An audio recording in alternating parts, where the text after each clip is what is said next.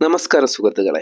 ലോകകപ്പിലെ ഗ്രൂപ്പ് സിയിലെ ഏറ്റവും ശ്രദ്ധേയമായ പോരാട്ടങ്ങളിൽ ഒന്നായിരുന്നു ബ്രസീലും സ്കോട്ട്ലൻഡും തമ്മിലുള്ള മത്സരം. മയാമി സ്റ്റേഡിയത്തിൽ നടന്ന ഈ മത്സരത്തിൽ ബ്രസീൽ തങ്ങളുടെ ശക്തി തെളിയിച്ച് 3-0 എന്ന തകർപ്പൻ വിജയമാണ് സ്വന്തമാക്കിയത്. മത്സരം ആരംഭിച്ച് 7-ാം മിനിറ്റിൽ തന്നെ ബ്രസീലിന്റെ സൂപ്പർ താരം വിനീഷ്യസ് ജൂനിയർ സ്കോട്ട്ലൻഡ് പ്രതിരോധത്തിലെ പിഴവ് മുതലെടുത്ത് ഗോൾ നേടി.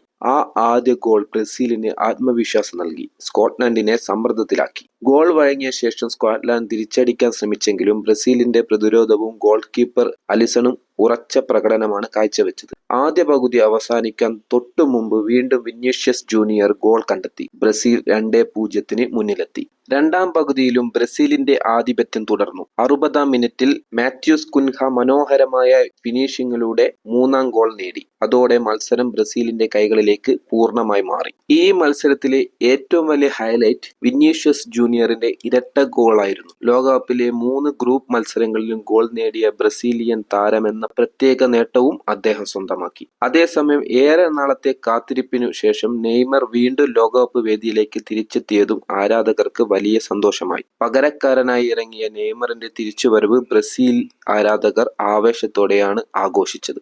ഈ ജയത്തോടെ ബ്രസീൽ ഗ്രൂപ്പ് സി ചാമ്പ്യന്മാരായി നോക്കൌട്ട് റൗണ്ടിലേക്ക് മുന്നേറി. ലോകകപ്പിൽ തുടർച്ചയായി 15-ാം തവണയാണ് ബ്രസീൽ നോക്കൌട്ട് ഘട്ടത്തിലെത്തുന്നത്. അവസാന വിസിൽ മുഴങ്ങിയപ്പോൾ സ്കോർ ബ്രസീൽ 3 സ്കോട്ട്ലൻഡ് 0. വിനീഷ്യസ് ജൂനിയറാണ് ഈ കളിയിലെ താരം. ബ്രസീൽ വീണ്ടും ലോകകപ്പ് കിരീട സ്വപ്നത്തിലേക്ക് ശക്തമായി മുന്നേറുകയാണ്. ഈ പ്രകടനം തുടരാൻ കഴിഞ്ഞാൽ കിരീട പോരാട്ടത്തിൽ അവർ ഏറ്റവും ശക്തരായ ടീമുകളിൽ ഒന്നായി മാറും. വീഡിയോ ഇഷ്ടമായാൽ ലൈക്ക് ചെയ്യൂ, ചാനൽ സബ്സ്ക്രൈബ് ചെയ്യൂ, നിങ്ങളുടെ അഭിപ്രായം കമന്റായി അറിയിക്കൂ. നന്ദി.